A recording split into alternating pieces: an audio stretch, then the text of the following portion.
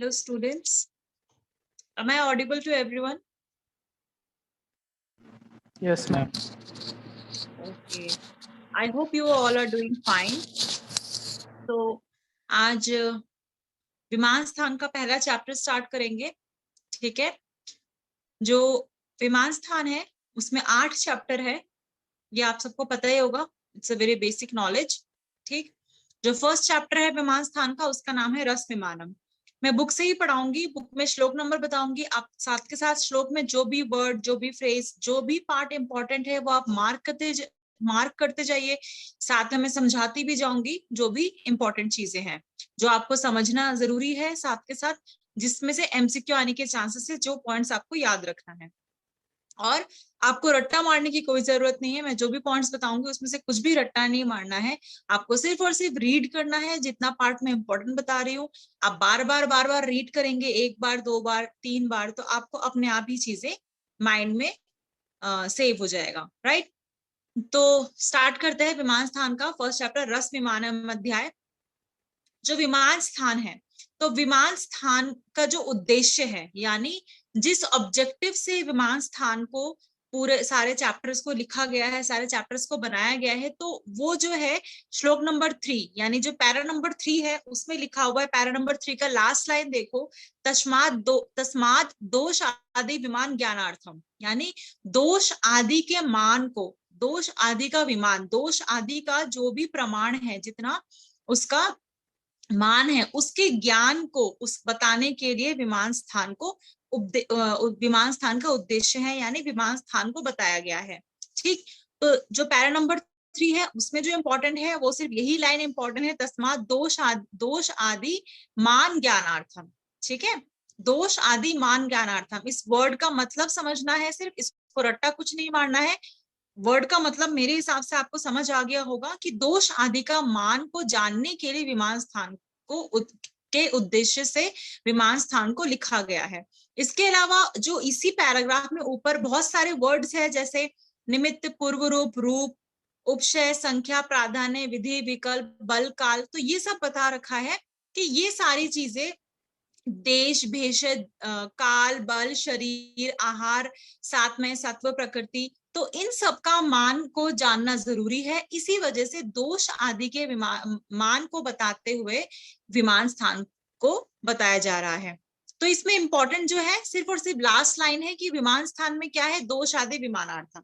इसके बाद आते हैं श्लोक नंबर 4 में, जो पैरा नंबर 4 है, पैरा नंबर 4 में सिर्फ इतना ही इंपॉर्टेंट है कि रस बताए हैं, रस कितने हैं, 6 रस है, ठीक। मधुर, अम्ल, लवण, कटु, तिक्त, कषाय, सिर्फ इतना ही इंपॉर्टेंट है। इसमें जो आपको इंपॉर्टेंट है, जो याद रखना है, वो वात, पित्त, कफ को शमन करने वाले रस बता रखे हैं, ठीक है।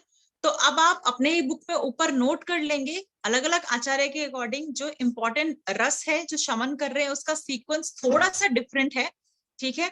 चरक में जो श्लोक नंबर 6 में बताया हुआ है, वात को कौन सा रस हरता है, पित्त को कौन सा रस हरता है, कफ को कौन सा रस हरता है, उसका सीक्वेंस पहले लिखेंगे। तो वात के लिए लिखेंगे मधुर, अम्ल, लवण, ठीक है। चरक ने बताया है वात को शमन करने वाले जो रस है वो है मधुर, अम्ल, लवण। पित्त को हरने वाला या पित्त को शमन करने वाला जो रस बताया है चरक ने वो है मधुर, तिक्त, कषाय।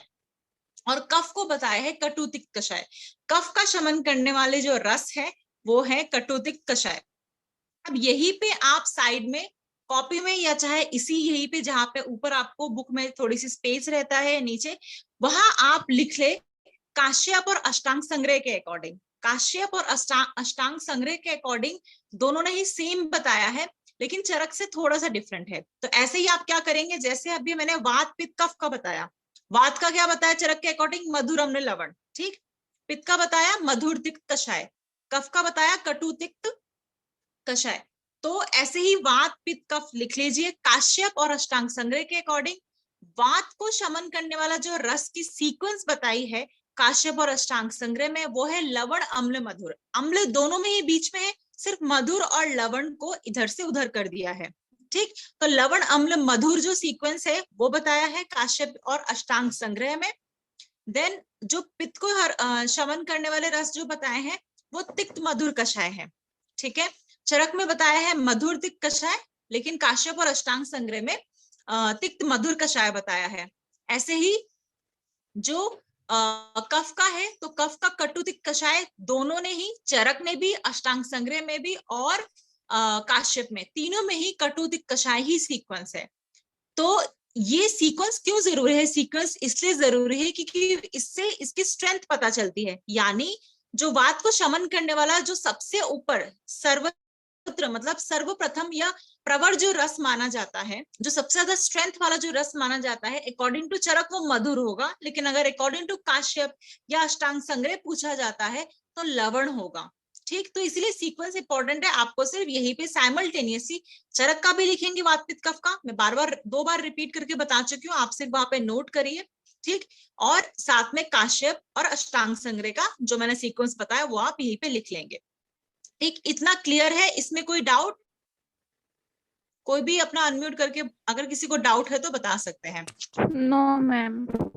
ओके, देन आगे आते हैं श्लोक नंबर 8 में। ठीक, तो श्लोक नंबर 8 में सिर्फ एक वर्ड लिखा हुआ है लास्ट में, विकल्प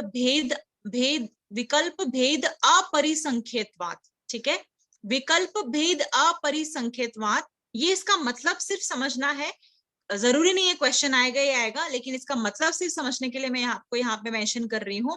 इसका मतलब ये है कि दोष और रस के जो विकल्प होते हैं, यानी आप दोषों को और जो 6 रस है इनका जब आप विकल्प बनाओगे, ठीक है, तो ये जो विकल्प होंगे अपरिसंख्य बताए हैं। सिर्फ इतना ही ये वर्ड जानना यहाँ पे आपको जरूरी है। आगे बात करते हैं श्लोक नंबर 9 और श्लोक नंबर 10 में। तो श्लोक नंबर 9 और 10 आपको सिर्फ रीड करना है। ठीक, श्लोक नंबर 9 और 10 कहता क्या है वो मैं आपको समझा देती हूँ। श्लोक नंबर 9 जो है और 10 जो है ये दोनों ही एक कॉन्सेप्ट को बताता है। श्लोक नंबर 9 में प्रकृति सम संवेद सिद्धांत, ये कॉन्सेप्ट है, प्रकृति सम संवेद सिद्धांत को मेंशन करता है। ठीक, और श्लोक नंबर 10 में विकृति विषम समवाय सिद्धांत को मेंशन करता है। ठीक, तो इसमें आपको जो याद रखना है वो ये है कि प्रकृति सम संवेद सिद्धांत और विकृति सम समवाय सिद्धांत, ये जो दोनों सिद्धांत है ये चरक ने दिया है और चरक ने अपने विमान स्थान में मेंशन किया है। ऐसे ही इसी तरह के ही सिद्धांत, ऑलमोस्ट सिमिलर सिद्धांत है, वाग्भट में भी बताया गया है, लेकिन उसका नाम थोड़ा डिफरेंट है। तो आप ऊपर लिख लीजिए, ऊपर मेंशन करके लिख लीजिए कि वाग्भट ने जो सिद्धांत बताए हैं वो है समान प्रत्यारब्ध और विचित्र प्रत्यारब्ध। ठीक है, वाग्भट में अष्टांग हृदय, ठीक है, अष्टांग हृदय में ऐसे ही रसों के विकल्प के अकॉर्डिंग 2 सिद्धांत बताए हैं, वो है समान प्रत्यारब्ध, विचित्र प्रत्यारब्ध। तो समान प्रत्यारब्ध और विचित्र प्रत्यारब्ध किसका कॉन्सेप्ट है? अष्टांग हृदय का कॉन्सेप्ट है।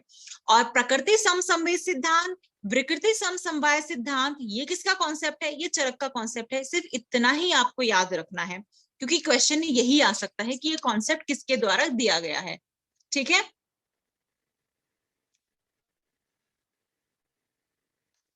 जो इसका मतलब है वो मैं आपको एक जनरलाइज्ड में एग्जाम्पल के तौर पे मैं आपको समझा देती हूँ।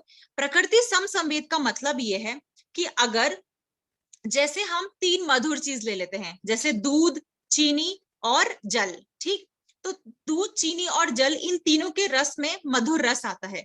तो जब हम इन तीनों को संयोग में लेते हैं, दूध, चीनी और जल, अगर इन तीनों को अगर संयोग में लेते हैं तो इन तीनों का जो मधुर रस होगा वो इन तीनों का जो मधुर रस होगा वो प्रकृति सम संवेद, यानी कि सिमिलर प्रॉपर्टी के रूप में बॉडी को बेनिफिट ही पहुंचाएगा, यानी अपोज नहीं करेगा, अपने रस को एक दूसरे से काट के कोई नया रस नहीं बनाएगा।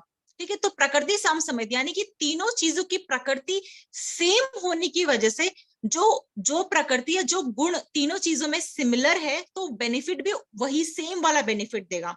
जबकि विकृति सम समवाय सिद्धांत क्या कहता है? विकृति सम समवाय सिद्धांत कहता है, जो कि बहुत ही पॉपुलर एग्जांपल देते हैं हम मछली और दूध का, यानी जब हम मछली अलग से लेते हैं तो उसके रस का बेनिफिट बॉडी में होगा, हम दूध अलग से लेंगे तो उसके रस का बेनिफिट बॉडी में अलग से होगा। लेकिन अगर हम मछली और दूध साथ में लेते हैं तो इन दोनों के जो गुण होंगे, इन दोनों के जो संयोग होकर जो रस बनेगा, तो वो हमारी बॉडी को विकृत रूप से प्रभाव डालेगा। तो इस सिद्धांत को, इस कॉन्सेप्ट को विकृति समवाय सिद्धांत बोलते हैं। तो सिर्फ आपको यहाँ पे समझने के लिए मैंने आपको दोनों एक्सप्लेन किया है। आपको मेन जो याद रखना है वो यही है कि चरक ने ये दो कॉन्सेप्ट बताए हैं और वाग्भट ने इसी तरह से सिमिलर कॉन्सेप्ट बताए हैं, लेकिन उसका जो नाम है, जो नोमेनक्लेचर है, that is little bit different. वो है समान प्रत्यारोप और विचित्र प्रत्यारोप। सिर्फ आपको यहाँ पे इतना ही याद रखना है।